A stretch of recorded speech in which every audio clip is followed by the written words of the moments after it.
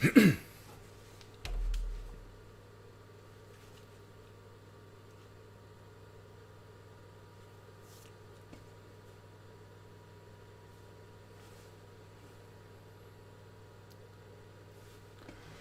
gonna sit here for a second, give people a chance to come in, see what's going on. Let me just make sure I have everything set up, I guess. Yeah, so what this is that you're viewing on the screen is an educators conference in Spokane, Washington. I thought I'd bring it to you guys because there's currently a big issue with the superintendent of public instruction here in the state of Washington said that he was going to remove funding from any districts who didn't enforce a mask mandate that is currently on for schools, I guess, in the state. We'll get into that later. I've done videos in that last year when my son started school. If you want to kind of learn about that, I'll put a link in the description of this when the live feed is done to those videos. But basically, they had no justification. There was no legal justification for them refusing my son entry, and they continued to. And so this is actually a special education session here. But the main reason it's showing it is, I'm going to turn on the audio for it in just a second, is if you look, none of these people in here are wearing masks, and these are all the people that are going to be enforcing this on our kids. So this is an IEP meeting, or one about IEP meetings, which has to do with special education. So I want to show, look at these people here not wearing masks, and they're not socially distanced, anything like that, yet they're going to be enforcing this on our kids soon. So I'm going to turn on so you can hear what they're saying. We'll have some questions and wrap up. So Cinda. Hello and welcome. As we said, we're the Center for Change in Transition Services. Hey, what's up, CCTS at Seattle University. Okay, and our mission is to empower educators and administrators to improve transition services for youth with disabilities through our partnership, our research, and our training. Like I said, this is a meeting. And we do this because we provide... This is a meeting of educators here in Spokane, Washington. There's a conference going on. It started on, I believe, Saturday. It's been going on it'll be going on until Wednesday. So I want to go down there today with my camera and just catch some of them walking around without their masks. These are the people that are going to be enforcing mask mandates on our kids here in the next month or so when they return to school. And if they don't, like I said, the superintendent of public instruction has said they're not going to receive funding from the state if they don't enforce these mask mandates. Yet here, educators are not one of them wearing a mask in these meetings. I've seen one mask. I've been watching a few meetings all day. I've seen one mask. So it's kind of interesting. And get some feedback, but please use this as a curiosity probing question. Do you attend IEP meetings? And if you do, is the student present? And I think most importantly, if the student is present, do they participate? So think about this as we go through our presentation. And again, thank you for joining us. Great, thank you, Cinda. This is Chris. So just to stop for a second on those three questions, what we need to remember is everything we do that's around the law, around the services we provide, is all student focused. And so if we don't have the student voice and the student presence, we're missing a huge component of really making successful opportunities available to students in our schools. So keeping that student in the center of your thinking is always important. So I want to talk a little bit about the Individuals with Disabilities Education Act, which all of you probably have heard of as IDEA. And it's a federal law that is designed to ensure that all students with disabilities receive a free and appropriate public education in the least restrictive environment. This law was passed in 1975. At that time, it was called the Education for All Handicapped Children's Act and has changed its name to be more inclusive and more appropriate with language. It requires schools to find and evaluate students suspected of having disabilities at no cost to the family. And once the students are found to have a qualifying disability, and we'll talk a little bit about those in a second, schools must provide them with special education and related services. Things like speech therapy, counseling, specially designed instruction are all mandated if we have identified a student as having a disability. Now, not all students who have disabilities qualify for IDEA, for the federal law that's... Yeah, they're all mandated, but they will try as hard as they can to reduce the amount of services they can provide, claiming that they don't have funding or people available. The law doesn't care, the mandate doesn't care. Yet they don't enforce that fully, but they will enforce a mask mandate fully. It just shows the hypocrisy. Which trade school or private school that receives any federal funding. So you may have students in your classroom that have a 504 plan. So I've been screen recording a bunch of these meetings too. A couple of them have ended well over an hour early, and I think it's probably because I was in there. I always put my name as questionable authority. Plan coming up. One of the things to remember is they are different laws, and they do have some different impact in schools. So when we look at IDEA, and that's where we have the development of an IEP, it's a federal special education law. And we have to determine that the disability that the student may have negatively affects their educational performance. So a plan for a student's special education experience, or an IEP, is created that defines the specially designed instruction, the related services, the accommodations, and the modifications that are necessary for that student to access and progress. All right, so she's just going over the basics of an IEP. I want to come back into this later because I think later they're going to be covering some more important stuff when other people are talking. Like I said, I just wanted you to mention back here, nobody's wearing a mask, yet these people are going to be enforcing, especially kids that have medical conditions, to be wearing masks here in the next month. And if they don't, their schools have already been threatened to lose funding. So we're going to leave this meeting out. There's another one I think you guys might be interested in. It's like an LGBTQ meeting about empowerment. Some of my followers down in the Richland School District down in Tri-Cities, you might be interested in this one. So this here is the whole itinerary for this Washington ACTE Summer Conference. So it started on the 7th. I really missed out yesterday. Let's see. There was, Sunday, excuse me. In the evening, there was a keynote speaker, Chris Rakedahl, who's the actual superintendent of Washington Public Education. He gave us a talk, and I missed that. I wasn't aware of it until afterwards. So I was a little bit bummed about that. Let me see if I can find it here. Anyways, that's unimportant. Let me just get to the meetings now so we can get into another one that I think you guys might be interested in. Let's see. So I screen recorded some of these ones earlier. That was kind of interesting. Some of the same people are in them. So here's the one we were just watching, understanding IEPs and what you want to know. But I thought this one might be interesting. Beyond Inclusion, showing up for LGBTQ students. And again, all these speakers for this one happen to be down in the Richland School District. So apparently that's something they're hitting pretty hard down there. All my Richland School District and Tri-Cities followers, you might want to look into that. So let's get here. And we'll join this one. Oop, gotta capitalize that Q. You gotta get it right.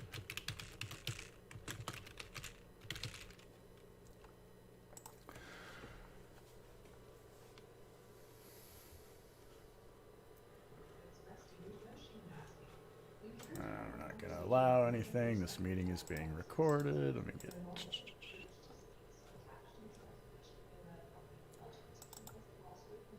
There we go. Oh, the second mask I've seen all day right here on this woman.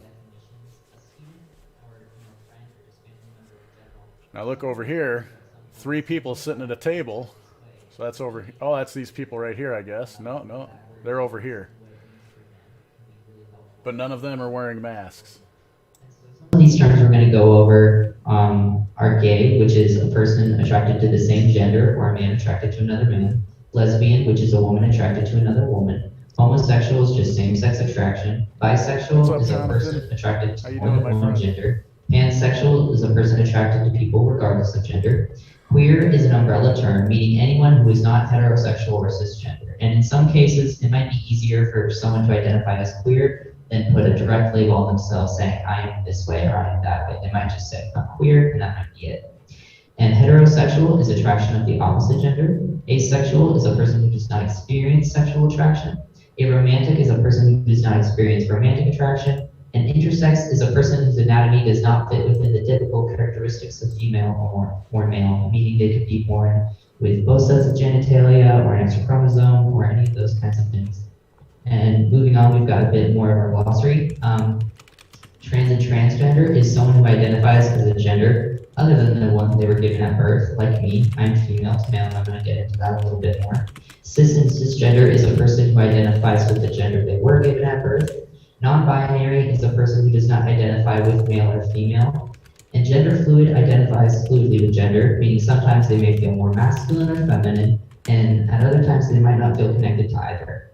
FTM is a term used by transgender people to describe their transition, and FTM means female to male. MTF means male to female. AFAB means assigned female at birth. AMAB means assigned male at birth. And dysphoria is an experience a transgender person has where they feel a disconnection between their brain and their body. And if not treated and properly cared for, it can cause depression, anxiety, and suicidal ideation. And we're going to go talking in a bit more about how to best help someone through dysphoria, but a great way you can start is by using the correct pronouns for someone.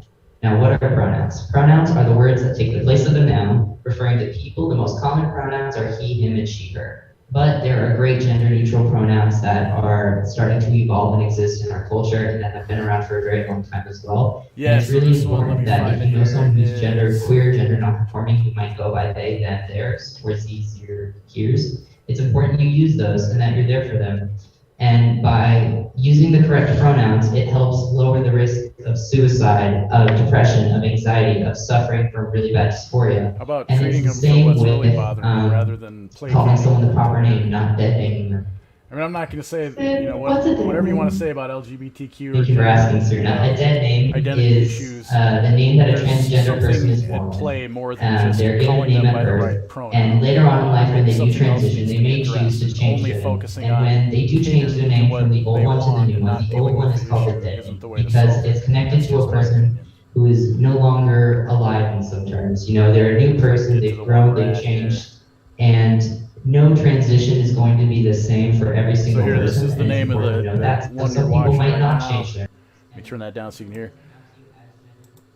The one you're watching right now is Beyond Inclusion, showing up for LGBTQ students.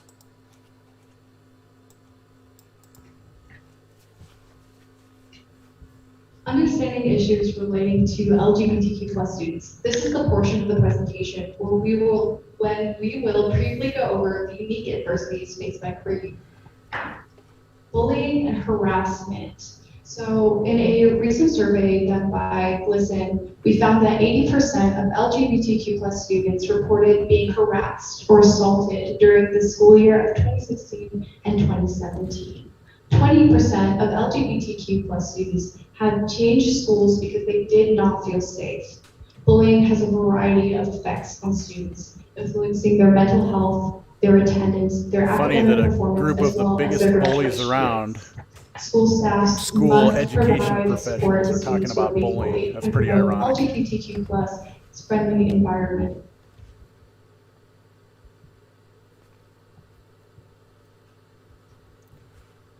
And moving on to a little bit about sexual education, there is a large lack of comprehensive and educative sex ed for LGBTQ+ individuals in our society right now. And as school staff, you should be prepared to become advocates for comprehensive LGBTQ+ inclusive sex ed, as well as talking about informed consent. And you should also recognize that as LGBTQ+ students are put at a greater risk of sexual violence and STDs. This is a really important thing to know. And so linked as well, we have a PDF of some sex ed resources that we have created. Coming out resources. Coming out is the process through which a person accepts their sexual orientation and or gender identity as part of their overall identity.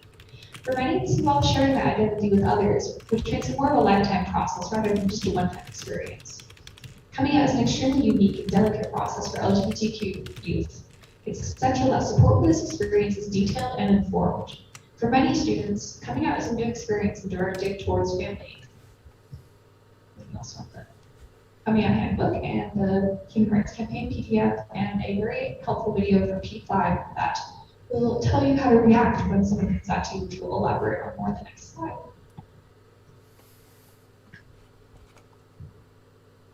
So when someone does come out to you, you don't want your reaction to their truest form of who they are to be a negative one, because that creates a feeling of hate, of shame, of not feeling like they're good. And that's not what we want to happen to anyone. And so some important things you can do are you can tell them you appreciate them. You can ask them how they'd like to be referred in the future regarding names and pronouns and things like that. Just to give you a heads up, the people that are speaking at this one are Denise Redinger, a high school counselor and district secondary counseling department head at Richland, in the Richland School District. This must be Sid Wilhelm. He's from the Richland School District. You have Audrey Huff, also from the Richland School District, and Serena Blue Tudela, also from the Richland School District. So those are all the speakers that are going to be speaking at this one you're listening to right now, or as soon as I turn it back on. Research on your own, that is one of the best things you can do. And now here are some things you shouldn't do when someone does come out to you. You don't want to act scared or angry or mad at them or sad at them because, again, that creates a feeling of like shame and regret and negativity and hate. And that's just not what you want out of an experience of coming out. And then you also don't want to minimize their experience or their pain by saying it's just a phase or something similar. You know, So even I'll go if back it is to a the other phase, one where they're dealing with impermanence is special not education unimportant. in a little bit. I just want Regardless to come of in and show you if their guys this identity one. changes on later And down the deal road, with it's that. Like important I that said, they feel here's the loved title, and Beyond respected. Inclusion, Showing Up for And you also don't want to LGBTQ ignore students. what they say or act like them coming out is affecting you more than it is affecting. And again, the biggest takeaway from it so far that I hear is they're not really addressing any of the issues these kids might be having. They're more interested in talking about how to placate and just make sure you don't upset them, which I think that's important. We want them to feel comfortable so we can figure out what is the root cause of what's going on, but just only placating to their needs and never addressing the cause is not the answer. So I would like to start this slide on coming out responses by urging you to be conscious. Thanks, of the Robert. We're vulnerability trying to in and Spokane. significance of North this Idaho is process. definitely much better at Please being remember to bulldogs on respond with these joy issues. and empathy when a student comes out to you. That's very important because the growth and the courage that it takes to express and share your identity is something that deserves to be acknowledged and deserves to always be celebrated. So here I will give you some short responses to keep in your back pocket. The first one is, thank you for telling me. How can I support you going forward? And then there's, I'm so proud of you. That must have taken a lot of courage, and I'm here for you 100%. What I like about these first two phrases is that they're very affirming of your So here's support. your speakers That right can back make here. the None of them whole wearing masks. I difference just realized. of this experience. It's very.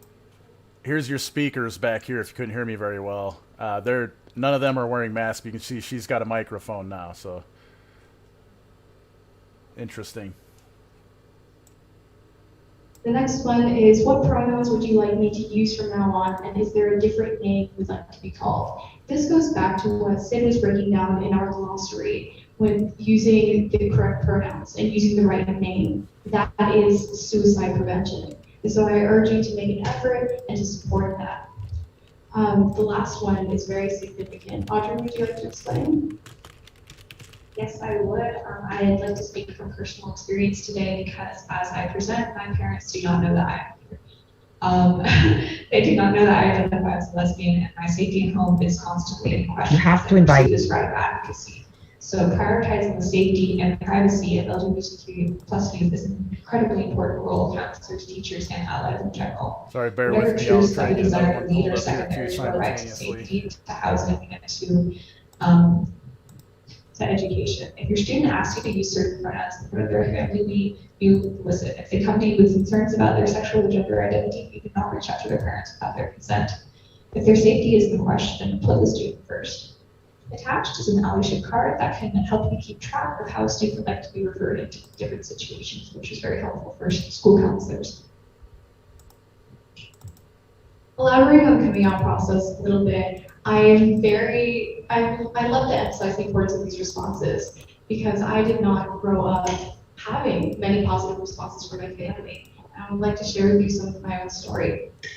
I was 12 years old when I started coming out to my family and my peers. And I was young, but I wasn't confused or anxious about my identity in any way. And I understand that isn't the case for everybody. heard kids make fun of each other by calling them a sped or a spedder, or they're a sped kid. You know that has a really negative connotation to students. So Right. we encourage you to coming help to model another the one good here. language. So present level of performance it's part of the IEP that actually drives the whole thing, and along with that transition assessment. So again, this is the IEP meeting, learning about IEPs for the educators, not parents and students, the people who should be learning about these, but about educators and how the law applies. So that's why I came into this. Like I said, this hits close to home. My son has cerebral palsy and is part of the special needs department here in Spokane Valley. That IEP, which they should and have the right to do so. And it talks about how that disability affects their involvement in the curriculum, in the general ed curriculum, and what is that present level in academic achievements and functional performance. But I just want to stop this real quick, not the whole video, but their audio, because I want to speak real quick to this. If you didn't watch my videos last year when my son started school and they were trying to force him to fill out a silly form they had multiple symptoms for every day because of his disability, and then they tried to make him wear a mask even though he drools and has medical exemption, all this stuff. We stood up for him. These are the people, not necessarily these ones, but these are the educators, special education people that were forcing my son to wear a mask against his will, or trying to, and then trying to put a face shield on him when he has issues walking, and that distorts his view. Yet look here.